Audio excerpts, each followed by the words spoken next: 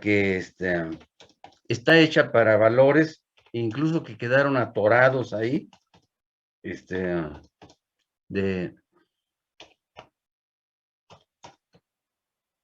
incluso valores que quedaron atorados. Entonces yo tengo que poner los valores que corresponden a nuestro proyecto. Para esto, entonces, lo que voy a hacer es, me voy a ir aquí para establecer lo que se llama, lo que son los pesos. A ver, déjenme ver, entonces, me voy a ir ahí. Y vamos a ver, creo que es aquí. Aquí está.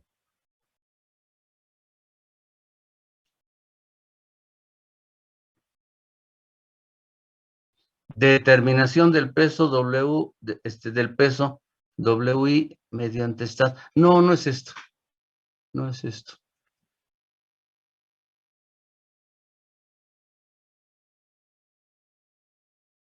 Ay, caramba, ¿a poco no se los di?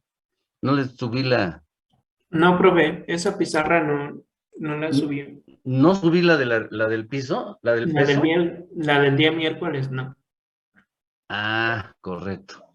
Bueno, entonces, ¿qué les parece?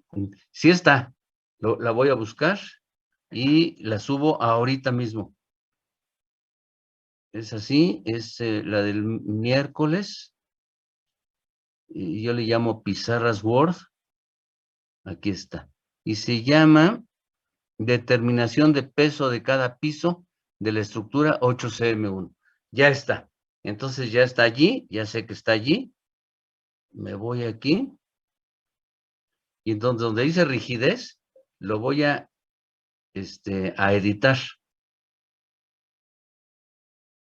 Y entonces voy a subir ese archivo. Correcto. Creo que es este. Sí.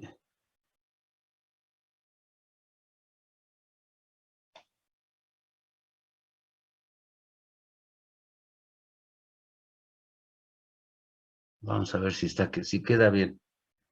Ya está. Ya está entonces la determinación del peso. Ya subí la pizarra a la pizarra a la plataforma. Ahora voy a abrirla. Ahí está. Y me queda 323, que yo aquí la tengo, 703, 1091, 1491 y 1897. Ese es el peso de cada piso. Se obtuvo aplicando STAT. Bueno, pues ahora me voy a la hoja de cálculo y entonces aquí donde dice 100, le voy a poner 323. Aquí abajo es 703. Yo imprimí esa hoja. 1091.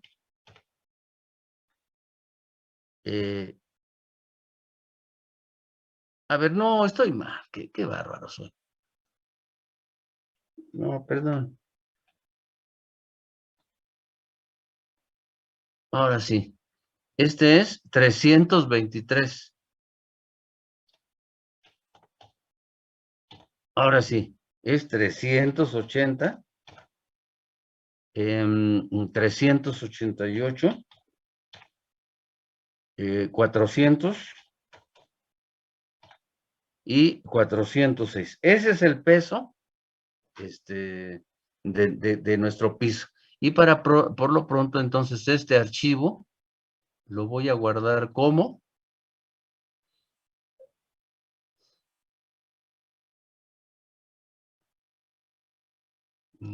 ¿dónde lo voy a guardar?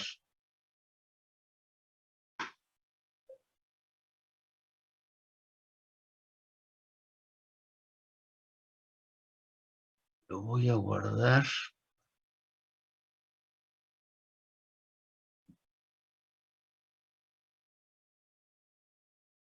Este es documentos Word. Pues lo voy a guardar aquí.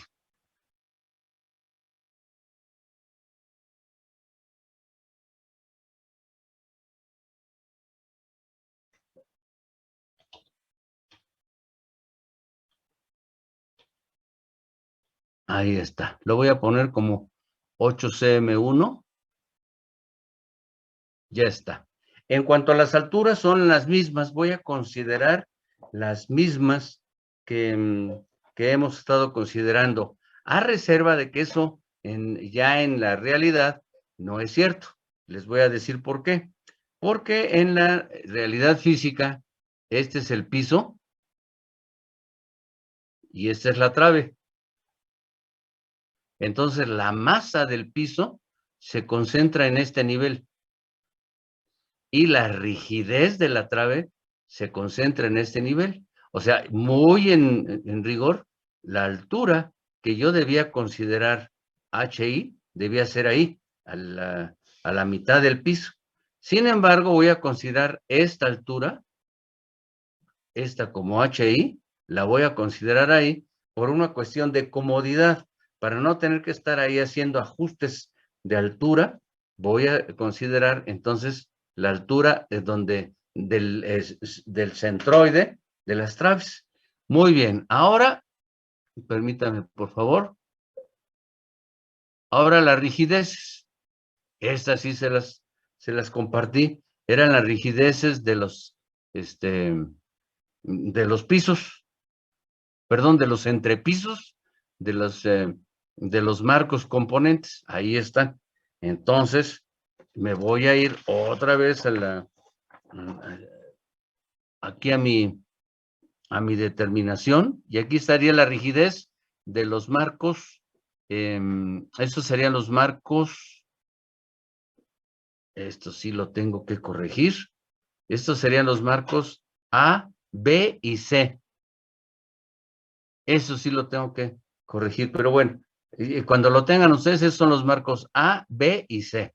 Vamos a sentarlo aquí.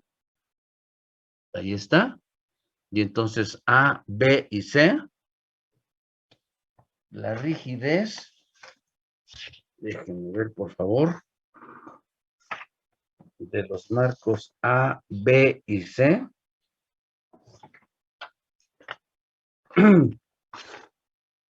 Aquí está. Es 27.5.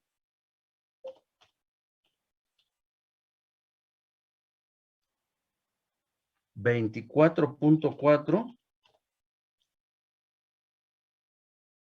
24.6.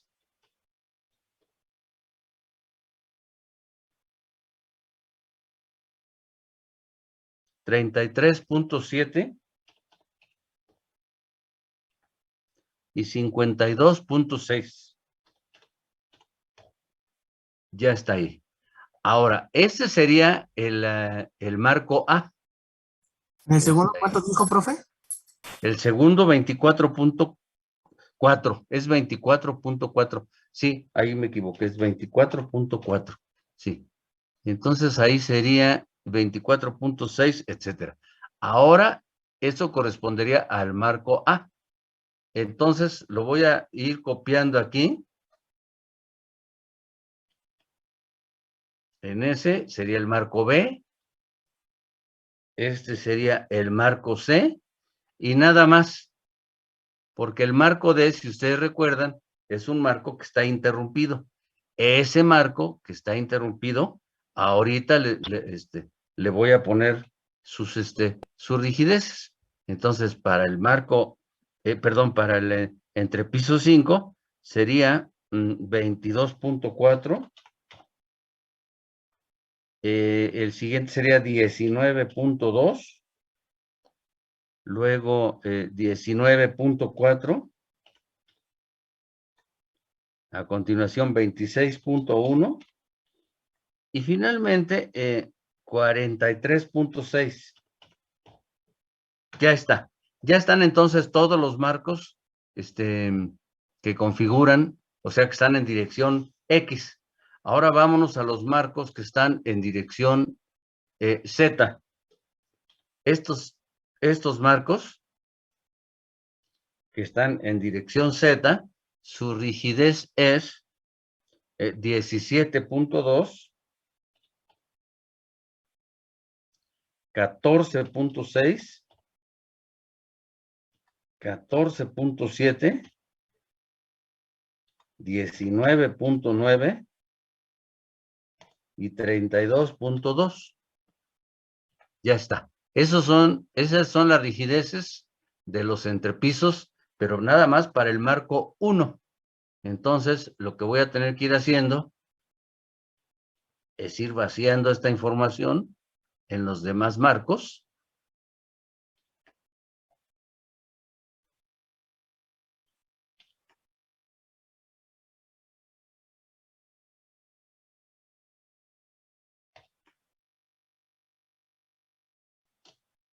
Ahí está ya. Ya está toda la información. Por un lado, el peso de los pisos, después la altura de los entrepisos. Esta altura sí está, creo que está claro, ¿verdad? Porque la utilizamos para establecer los rangos de carga vertical. Así que pues eso creo que no debe haber duda respecto a cómo se toma la altura. Aquí está la rigidez de los entrepisos y ya tengo, digamos, lo necesario para calcular el periodo fundamental. Algo interesante es que vean que en la dirección X todavía quedan espacios para otros dos marcos que en este caso no existen, ¿de acuerdo? Entonces, como no existen, pues yo no puse información, pero en el caso de ustedes, posiblemente puedan existir hasta 6 marcos. Ese es el límite que yo puse a esta hoja de cálculo. Bueno, pues entonces de esta hoja de cálculo vamos a establecer los factores de comportamiento sísmico iniciales, o sea, los factores de comportamiento sísmico provisionales, vamos a llamarles. Para ello, me voy a ir a las normas técnicas complementarias para sismo, aquí está, y entonces me voy a ir a la página 20 y quiero que observen, por favor, lo que se llama, dice, en todos los casos deberá observarse lo siguiente. Dice, factores de comportamiento sísmico, ¿de acuerdo? Factores de comportamiento sísmico. ¿Qué es el factor de comportamiento sísmico? Allá abajo dice, para el factor de comportamiento sísmico Q y la distorsión límite gamma máximo, se adoptarán los valores especificados en las tablas siguientes. Ahí está. Según se trate de estructuras de concreto, de acero o compuestas o de mampostería respectivamente. Bueno, pues vámonos ahí abajo. Muy bien. Por lo pronto, nosotros vamos a usar, nuestra estructura es de concreto. Entonces aquí vamos a tomar en consideración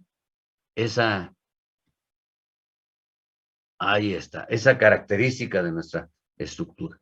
Por otro lado, nuestra estructura está a base de marcos. Ahí está.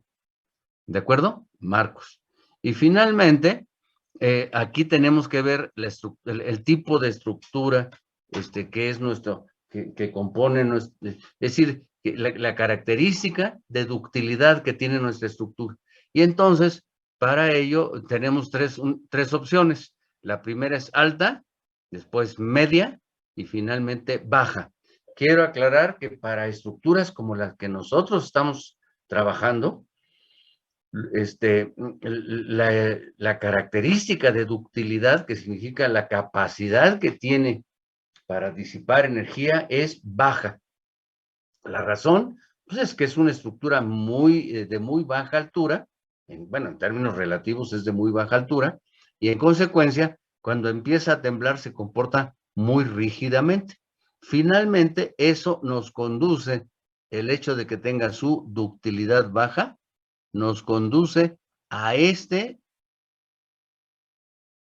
par de valores, a ese par de valores. El primer valor, el de la izquierda, es el valor Q. Q vale entonces 2.0.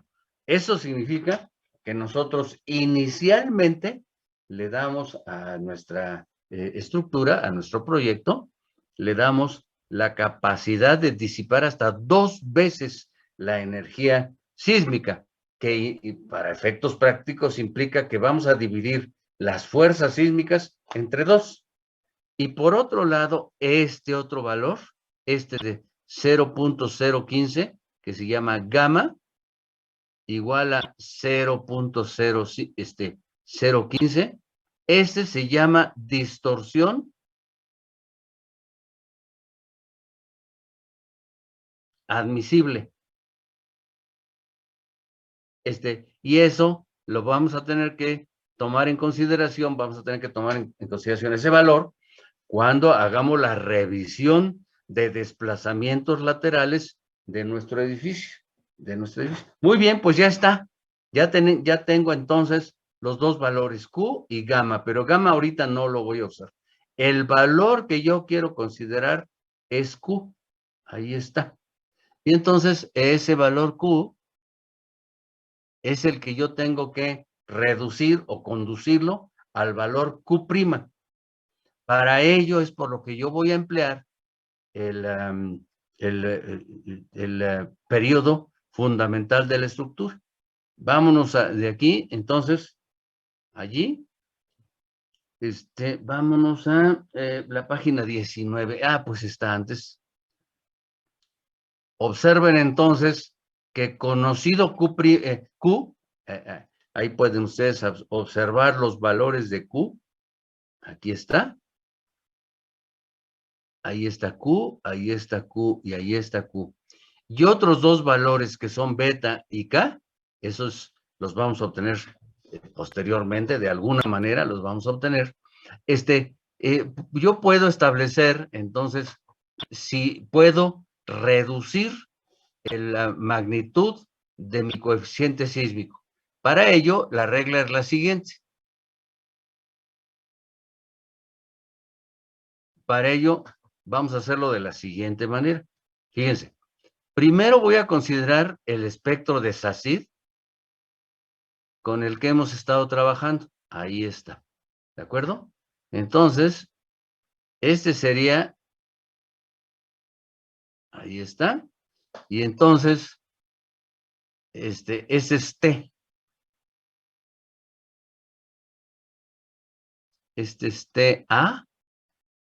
Este es TB. Y mi periodo es T. Este es el valor que yo voy a obtener mediante la hoja de cálculo con la que estoy trabajando.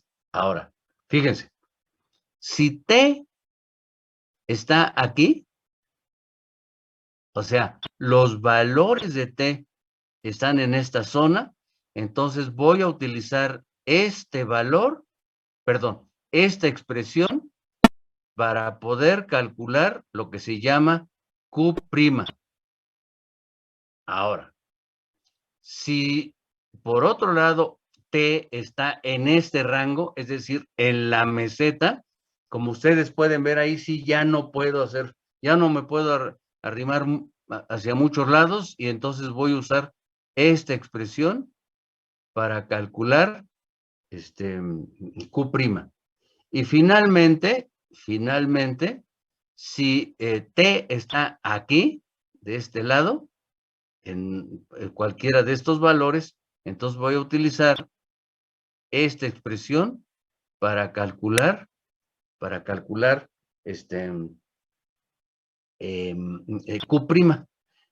A final de cuentas, yo necesito el valor de el periodo que se llama, nuevamente, se los digo, se llama periodo fundamental. Eso es lo que voy a obtener con mi hoja de cálculo. Y para eso me va a servir. Primero, para obtener Q'. En segunda instancia, si ustedes recuerdan, hemos dicho que quiero obtener el valor QR. Bueno, pues también para lo que se llama el factor, que se llama de sobreresistencia, también interviene por ahí el periodo fundamental de la estructura. Ahí está abajo, aquí lo estoy señalando. A final de cuentas, por ahorita, lo que yo quiero obtener, lo que yo quiero definir, es el factor perdón, el periodo fundamental de la estructura. Para entrar, entonces, primero voy a poner los factores de comportamiento sísmico. El coeficiente sísmico, proviene del SACID. Ese también ustedes lo tienen como dato. Y, por favor, entonces, el valor de sobreresistencia inicial, por favor, considérenlo inicialmente como 1.75. Ahí está, 1.75. Ahora bien, teniendo estos valores iniciales, a ver, lo voy a poner. Valores iniciales. Para Q, lo vamos a considerar 2. Y para R, le voy a considerar 1.75. Esos dos valores, por favor, considérenlos todos inicialmente. ¿De acuerdo? Y por supuesto, el coeficiente sísmico que proviene del SACID, también lo tienen ustedes, cada uno de ustedes, para su proyecto. En mi caso vale 0.326. Muy bien, pues ya está.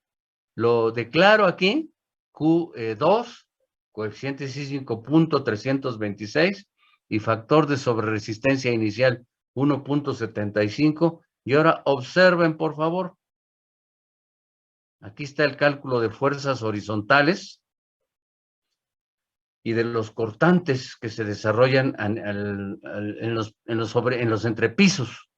Y aquí está ya finalmente el periodo fundamental de la estructura. Es decir, no hay que hacerlo a mano.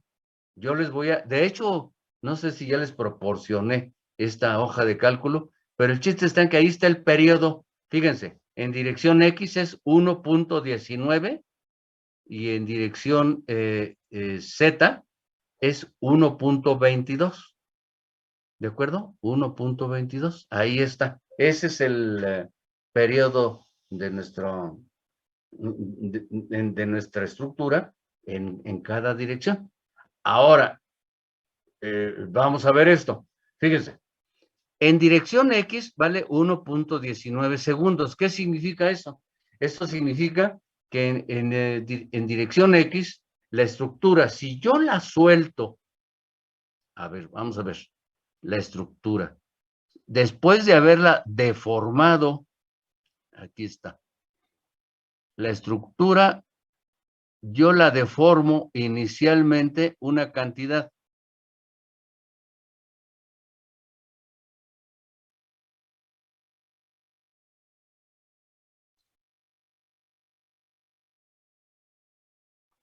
Y la suelto, si yo la suelto la estructura después de haberla deformado una cantidad, una determinada distancia, la suelto, ¿qué es lo que va a hacer la estructura? Pues va a permanecer vibrando hasta un determinado tiempo. Bueno, pues esto, que ya lo he explicado varias veces, el desplazamiento original sería el desplazamiento delta I, si quieren le llamamos ese valor inicial. Ese sería delta I en el momento cero. Y después empieza a hacer este tipo de movimiento, que se llama, habíamos dicho, vibración libre amortiguada. Bueno, pues la distancia entre este y este punto es lo que llamamos nosotros periodo fundamental de la estructura. Ahora, ya que tengo ese periodo, en dirección X sería 1.19 y en dirección Z sería 1.22. ¿Esto qué significa? Que en dirección X, se mueve con determinada frecuencia. En cambio, en dirección Z, como son mayores los periodos, quiere decir que los movimientos son más lentos. Ahí está. Entonces, ¿qué significa eso? Que en dirección Z, la estructura es menos rígida, de acuerdo con esta determinación. Muy bien, pues ya tengo entonces calculados los periodos fundamentales, tanto para dirección X como para dirección Z. ¿Alguna duda por ahí, jóvenes? Con toda confianza. ¿Alguna duda? ¿Estamos bien? Todo bien, profe. ¿Todo bien? Perfecto. Bueno, pues ya. Lo que tengo entonces, ya tengo los periodos fundamentales. Ahora lo que tengo que hacer es irme a mi documento, a este documento, donde me describe cómo se determinan el valor Q' y cómo se calcula R. Eso lo vamos a hacer hoy y vamos a empezar hasta la clase que viene, hasta el miércoles, vamos a empezar a hacerlo formalmente. Vamos a empezar con Q'. Para empezar, Q'R, observen ustedes, es un producto que reduce el valor de las fuerzas sísmicas. En general, hay varios factores que hacen que exista esta reducción, pero los dos factores más importantes son, en primer lugar, la ductilidad. Eso siempre ténganlo presente. Y recuerden que la ductilidad corresponde al hecho de que el cambio de dirección durante un sismo de un edificio no es seco, sino que el momento en que el terreno se está regresando, el edificio todavía alcanza a avanzar un poquito. Esa es la ductilidad y eso es lo que disipa energía. Y por otro lado es el factor R, que es lo que toma en cuenta la sobreresistencia.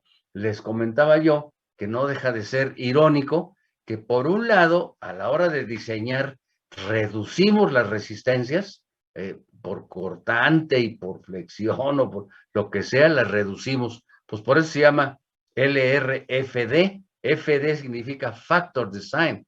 Entonces allí lo que hacemos es reducir las resistencias afectándolas por un factor de reducción. Y sin embargo, fíjense, aquí en el análisis aumentamos las resistencias porque nos hemos dado cuenta, o los diseñadores se han dado cuenta, de que los edificios tienen más resistencia de lo que tradicionalmente se consideraba. Por cierto, este factor de resistencia en la versión anterior del reglamento no existía y da la impresión como que al no existir significaba que no se tomaba en consideración. No, sí se tomaba en consideración, pero se tomaba en consideración dividiendo el coeficiente sísmico directamente entre este factor R. Y entonces hubo una especie como de petición de muchos diseñadores en la cual se solicitaba que el factor de resistencia que la sobreresistencia, existiera lo que se llama explícitamente.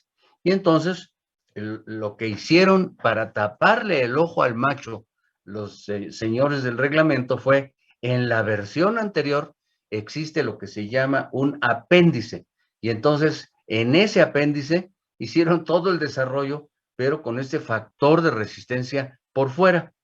Pero actualmente, en las vigentes normas técnicas complementarias por sismo, ya está el factor de resistencia como un factor explícito. Y en consecuencia, ya está por fuera y ya se puede multiplicar por el factor Q. Esta petición por parte de los diseñadores era una petición que le llamaban ellos de transparencia.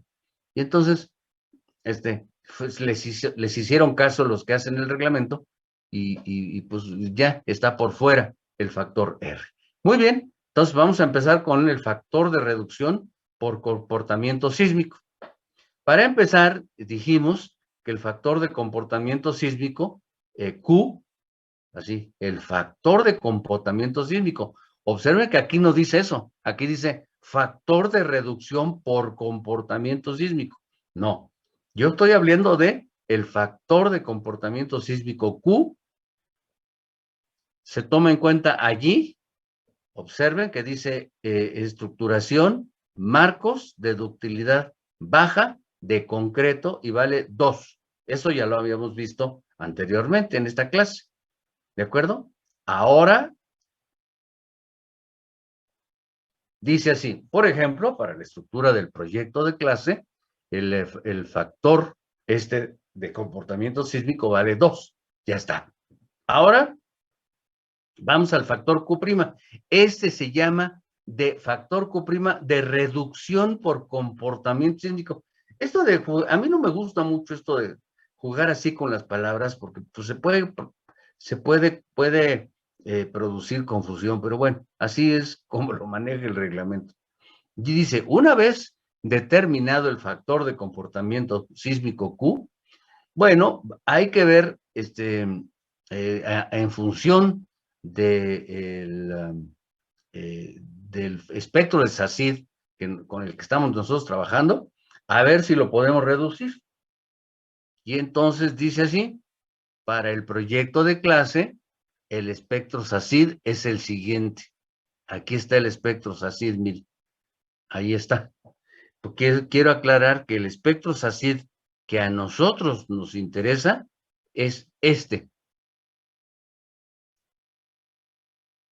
Es este, miren.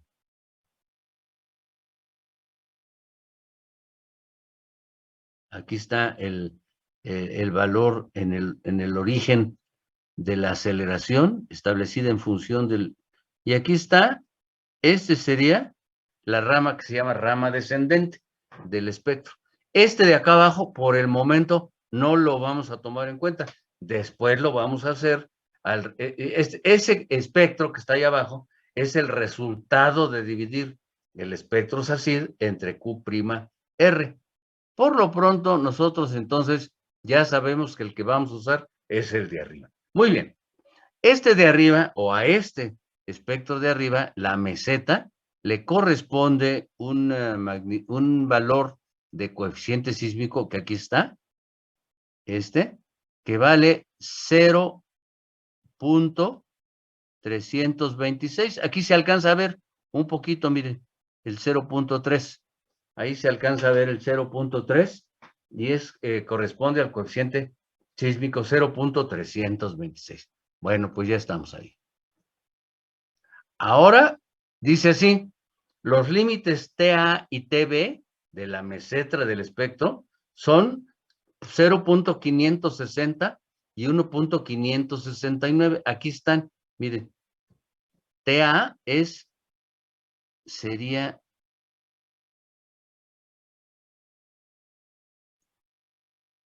TA 0.560. Aquí no me parece que sea eso. A ver. Pues sí, más o menos. Si ustedes lo bajan aquí, ese sería TA igual a 0.560 y TB sería el valor que corresponde al límite con la rama descendente. Este T subíndice B sería 1.569. Y aquí está la meseta. Aquí está la meseta. Muy bien. Ahora, si vemos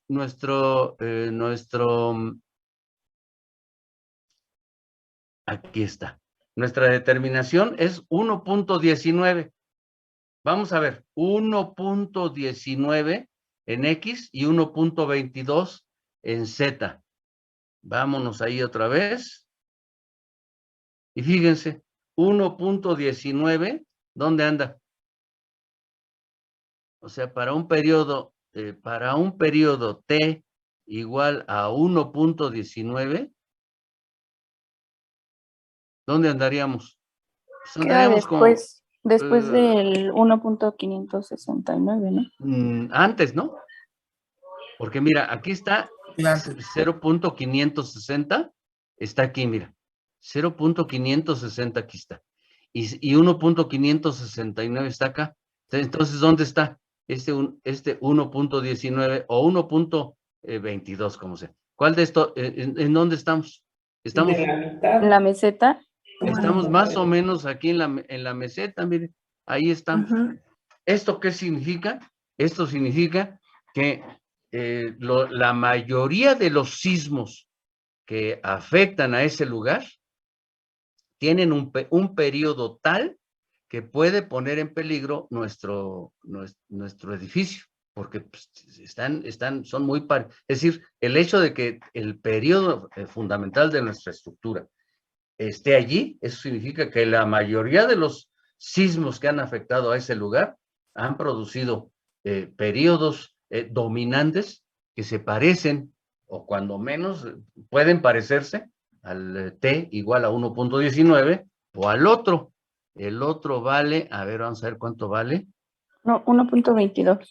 1.22, ok. Sí. El otro vale 1.22. Aquí está, lo voy a poner. T igual a 1.22, pues es lo mismo, ¿de acuerdo? ¿Esto qué significa? Que nosotros, yo veo, y entonces pocas posibilidades de poder reducir el valor, aunque bueno, vamos a ver cómo funciona esto.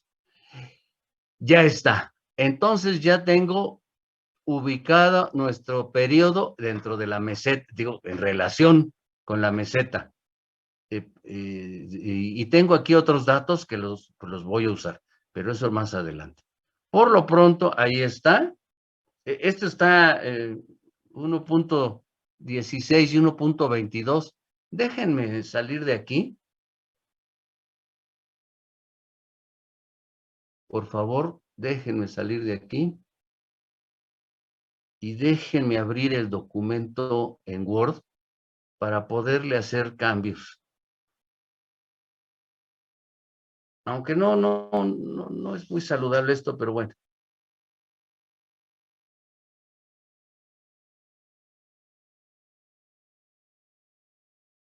Ahí está, ya estoy en Word.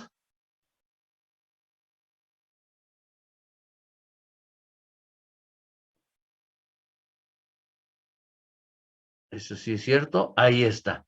¿Cuánto dijimos? ¿1.qué? ¿10 y qué? 19, ¿verdad? Sí, profe, 1.19. 19, y el otro era 1.22, ahí está.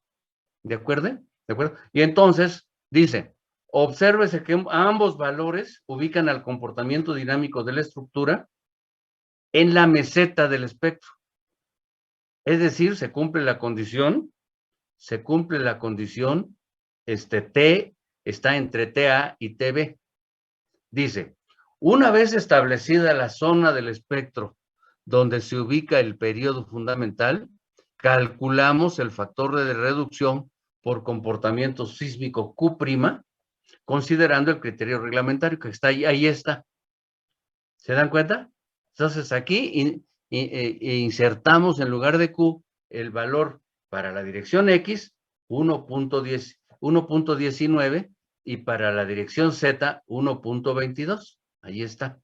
Bueno, una vez que tengamos esto, dice que el factor beta, por cierto, el factor beta solamente se usa cuando se considera la interacción que se llama interacción dinámica suelo-estructura. ¿Qué es esa interacción dinámica suelo-estructura? Nosotros no la vamos a considerar, pero se parece a algo a lo que les voy a poner a continuación. Yo tengo aquí mi estructura. Y esa estructura, de alguna manera, su cimentación de esta estructura está en ahí está en un lecho de terreno, aquí está.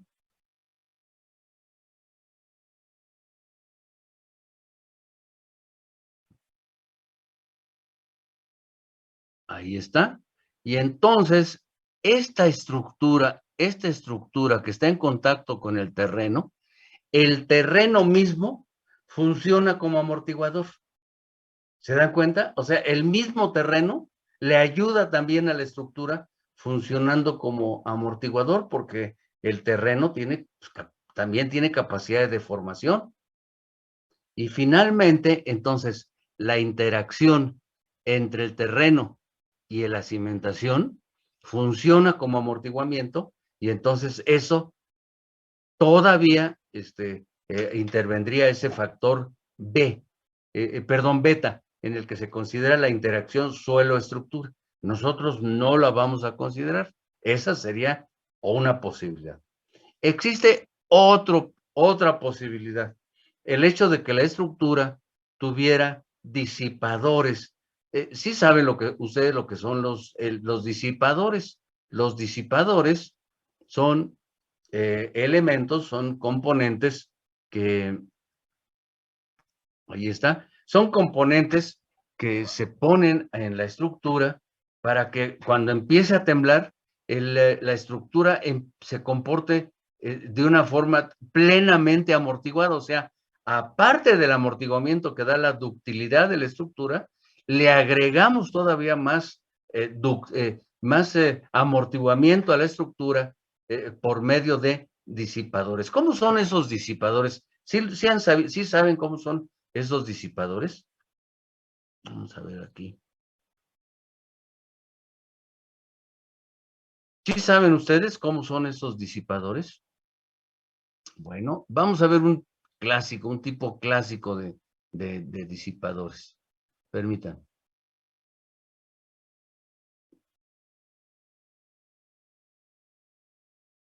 Bueno, un tipo clásico de disipadores es este. Miren. Es una estructura. Voy a poner una estructura muy sencilla aquí y aquí. Y esta estructura la voy a someter a un movimiento alternado, de esta manera. ¿De acuerdo? Y entonces, los disipadores son unos elementos que están formados. Hagan de cuenta, ¿saben qué? Son los amortiguadores, como un amortiguador de carro. Así, ni más ni menos.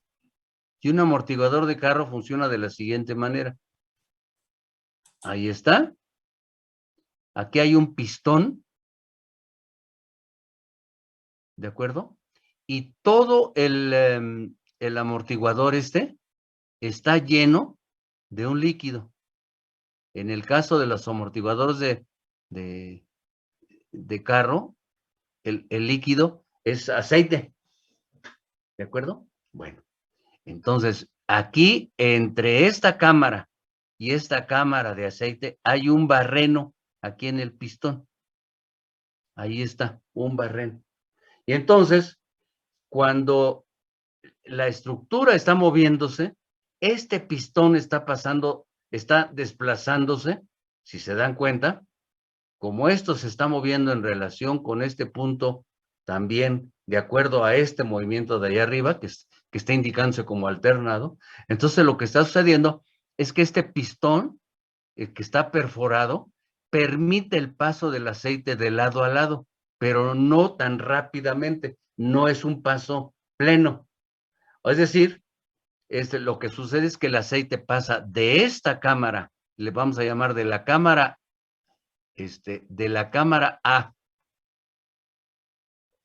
A la cámara B, lentamente de acuerdo al diámetro del barreno. Por supuesto, si el barreno es muy gordo, es decir, es muy ancho, pues el líquido, el aceite pasa rápidamente y entonces disminuye su capacidad de amortiguar, de este amortiguador.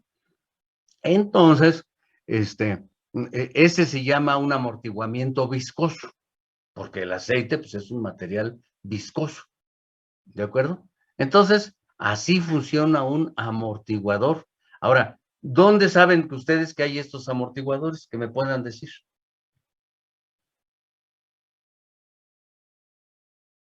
Bueno, para acabar pronto, ¿en qué edificio?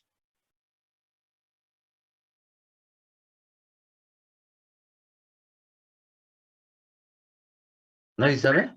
En la Torre Latina, profe. No, en la Torre Latino no. La Torre Latino está libre. En la Torre Mayor. En la Ajá. Torre Mayor.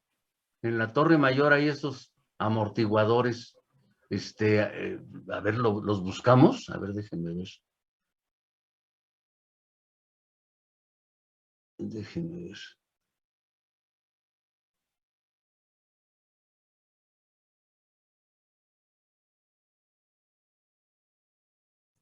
Profe, creo que en el aeropuerto de Santa Lucía, en la Sí. torre de control, también pusieron uno, pero son de otra en- forma.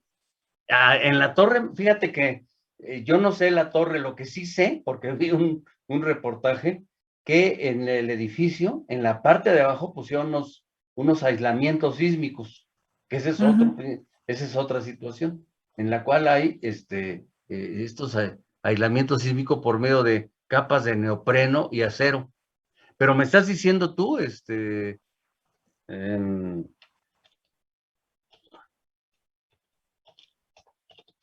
ay Dios, amortiguadores en la Torre Mayor.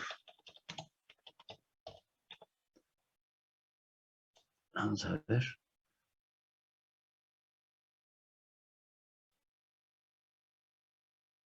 A ver si hay alguno. Miren, ahí están. Ahí están los amortiguadores. Si se dan cuenta, es un cilindro. Y ese cilindro por dentro tiene aceite. Y tiene un pistón. Y ese pistón está perforado. Ahí están los amortiguadores en la Torre Mayor. Bueno, pues a esos amortiguadores se refiere el documento, a esos amortiguadores se refiere el documento, déjenme ver, aquí está, y dice que considera la interacción suelo-estructura o el empleo de disipadores de tipo viscoso. En ambos casos, para la condición TA, podemos emplear el valor beta igual a 1, es decir, en nuestro caso, yo no estoy considerando la interacción suelo-estructura y por otro lado, tampoco voy a considerar el empleo de disipadores de tipo viscoso. Bueno, por otro lado, el factor K lo definen las normas técnicas complementarias como el cociente entre los desplazamientos máximos del suelo y de la estructura y se encuentra en los datos del espectro SACID. Es decir, en este caso, a ver, aquí está, miren, ese dato K, ahí está abajo y vale 1.5. Ese factor lo que dice es que cuando se está actuando un sismo, la estructura, en este caso la azotea, sufre desplazamientos 50% mayores a los del suelo en promedio.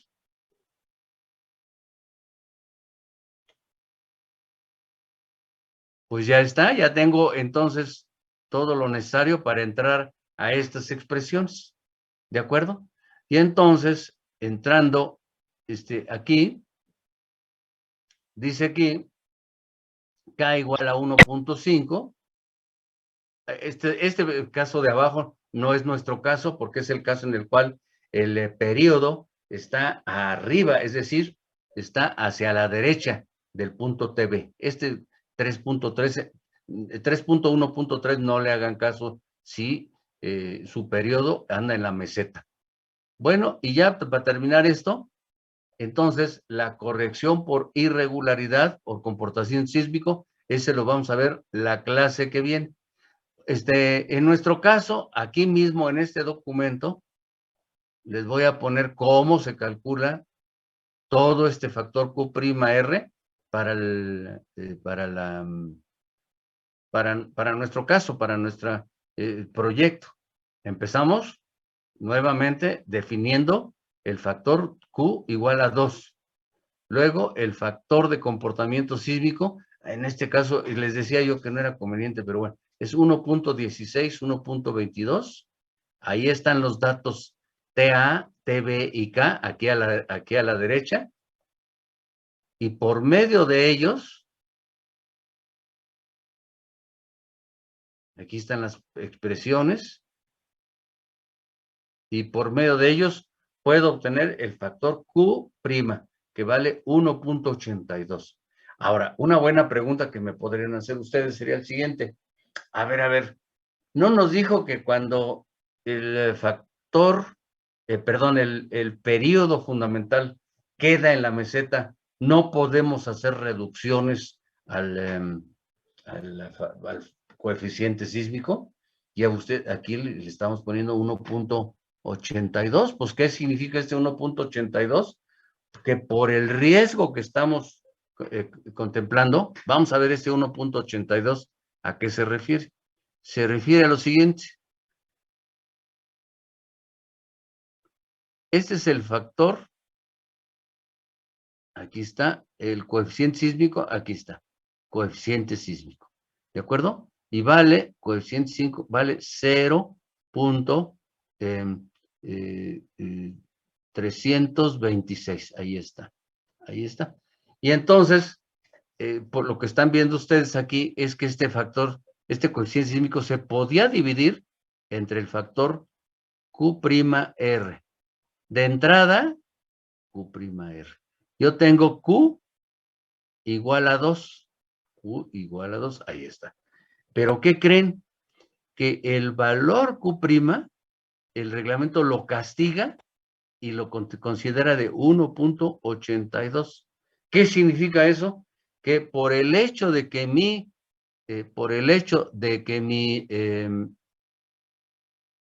periodo que anda por aquí, el periodo está entre este punto, entre este hombro y este hombro del espectro de diseño, entonces me dice, no, ya no vas a poder utilizar C igual a 0.326, lo vas a tener que aumentar, porque en lugar de dividir entre 2, ahora te permito dividirlo entre 1.82.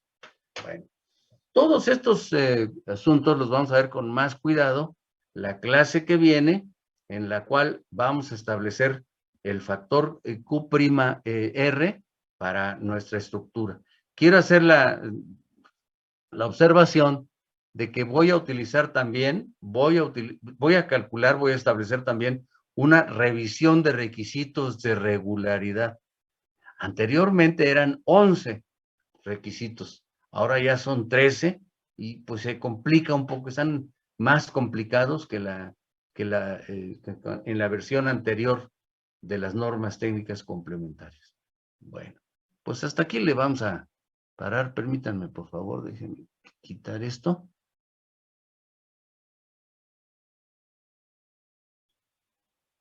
Y entonces, hasta aquí déjenme pasar lista a los que faltan. Y la clase que viene ya nos dedicamos plenamente. Ahora les voy a dejar ya entonces el siguiente avance de proyecto. Fernando Barbán, anda por ahí, ¿sí llegó? Fernando Barbán, no, no lo veo. ¿Sí estás? Sí. Ya está, ya te vi, ahí estás. Brandon Cabrera, no está. Alonso Hernández. Presente, profesor. Ya estás ahí, Alonso, ya estás ahí. Samantha Leal. Sí, profe, aquí. Muy bien, hija. Miguel López Juárez. Buenos días, Miguel. Karen Márquez. No